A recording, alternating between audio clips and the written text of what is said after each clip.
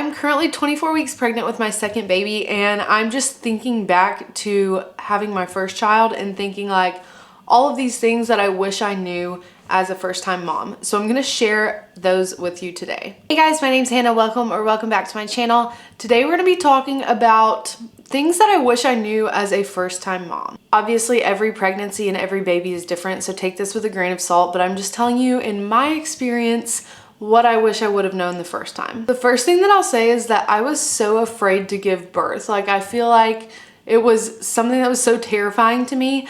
And I thought that like hearing other people's stories, watching like other people's vlogs of their birth story might be helpful to me, but it could actually be a little bit triggering because I feel like you're just sitting there and you're like hoping for a very positive birth story.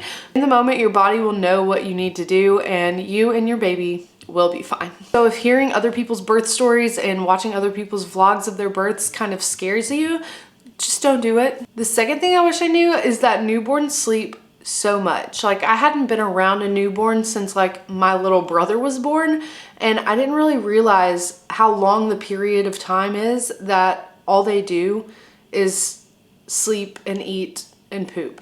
For the first 3 months of their life, that's literally all they do. And you are just changing their diapers, feeding them, and watching them sleep. I feel like with my son, I was like, okay, so if he's asleep, either I need to be asleep or I need to be productive.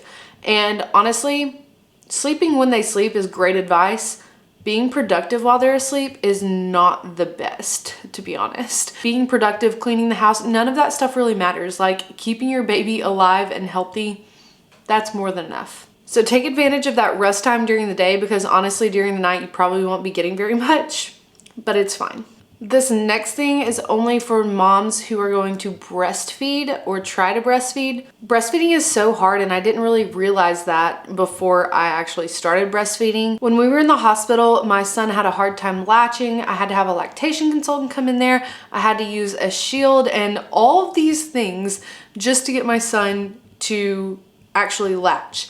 And then I felt like, I don't know if he's getting enough milk because I can't see how much he's drinking. So that kind of gave me like a little bit of anxiety. He was jaundice, and then I was like, okay, so like, is he not getting enough milk? Like, they were like, you might need to switch to formula, we'll see. And so like everything was like really making me nervous about that breastfeeding journey. And what I will say is that if you are feeling like you don't know if your baby's getting enough or it's making you nervous, you could probably go ahead and pump. If it makes you feel better to be able to see the milk that they're getting, once your milk comes in, go ahead and start pumping if that makes you feel better. There's nothing that says that your baby has to be literally like attached to your boob to be like a good breastfeeding mom.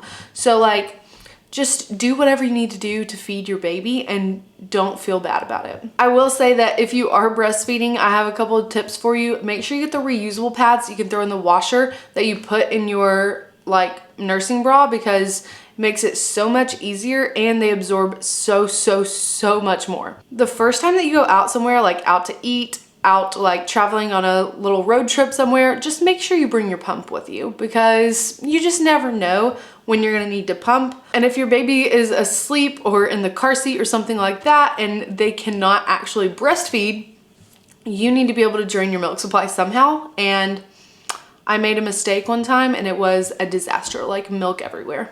Another thing about breastfeeding is that if you're out in public and you're good to breastfeed, that's great.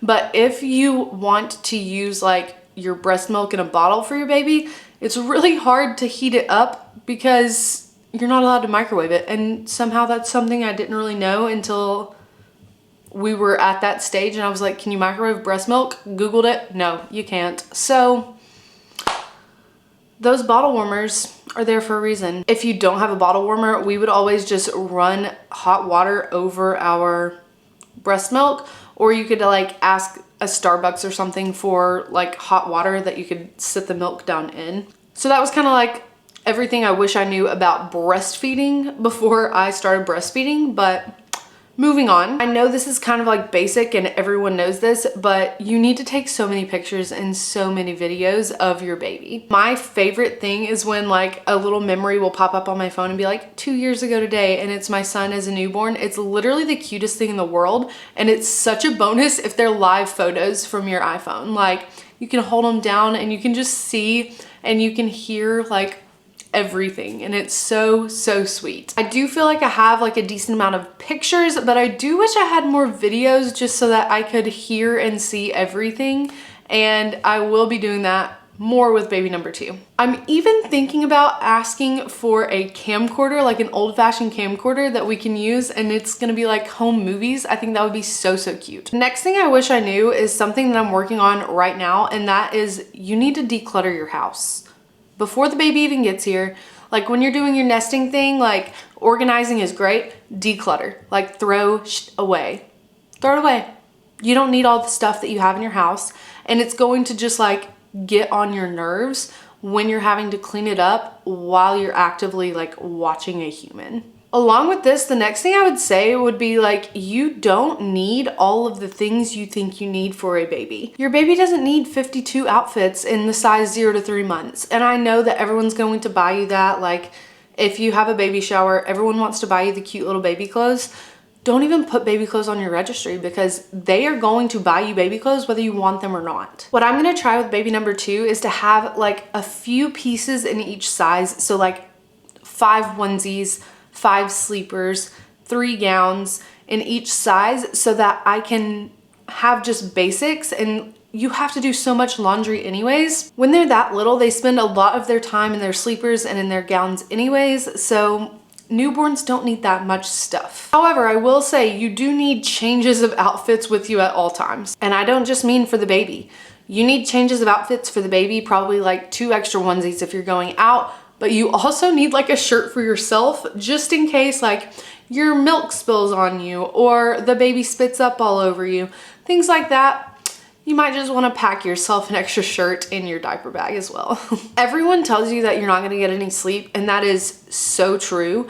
But I do think it's very important that you know about sleep regressions and you know about leaps, and you kind of understand like what's happening and why that's happening, because it's actually super helpful. Honestly, sleeping is going to be a struggle, and that just kind of is what it is. It gets better after like a week or 2 and you start getting into a little routine, but there are going to be like sleep regressions and times that you just don't get much sleep, and you'll survive. It's a stage and it's exhausting, but you'll get through it. One thing I would suggest is downloading the app Wonder Weeks, because it was fantastic for helping me really understand what was happening when my baby would go through leaps and have like certain sleep regressions and stuff like that. So that's a cool app if you are interested in downloading it. Another thing I wish I knew about sleep is that bassinets are fantastic for when they're little, great for when you're breastfeeding, but you need to get one that has like a roll down side so you can actually like easily get them. Like that's the point of a bassinet to me, I would think. But the bassinet that I had was like lower than our bed. So if I was trying to breastfeed him in the middle of the night, I would have to like reach over and into the bassinet and like kind of try to like pull him out. And it was so difficult in the middle of the night when it's like kind of dark, you're tired, it's exhausting.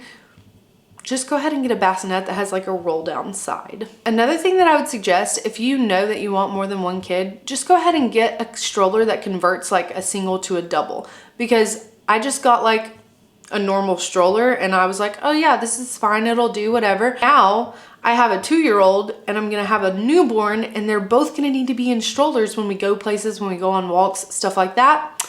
So I wish I would have just gotten a stroller that was single to double that I could convert instead of buying an entirely new stroller. Okay, now I'm gonna talk to you a little bit about labor, just because I really do wish I knew these things when I was going into my first labor, but I don't wanna like terrify people at the beginning of the video. So, recovering from birth is gonna take longer than you think it is. Like, honestly, you'll bleed for like a while. That was something that I had no idea about. Like, I did not know how long it was going to take me to recover. If you do tear, it's gonna take you longer to recover and it's gonna be more painful for you, but everyone is going to take a little bit longer to recover, I think, than they initially realize that they're going to.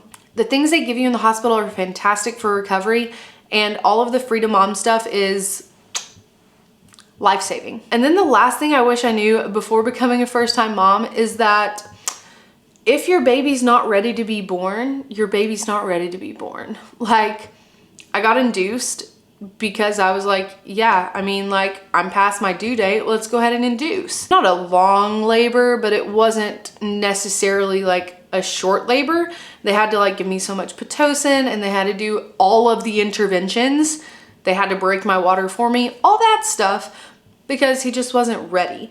So I think this time I will try my hardest not to be induced. If I go past my due date, I go past my due date, and that's fine. So those are just a few of the things I wish I knew when I was a first-time mom, and things that I'll be taking into consideration this time with baby number 2. I hope those helped, or at least you found them a little bit entertaining. Let me know down in the comments what you wish you would have known as a first-time mom if you are already a mother, or things that you wish you knew about pregnancy if you're pregnant right now. Thank you guys so much for watching. I have to go pick up my son from daycare, so I will see you in the next one. Bye.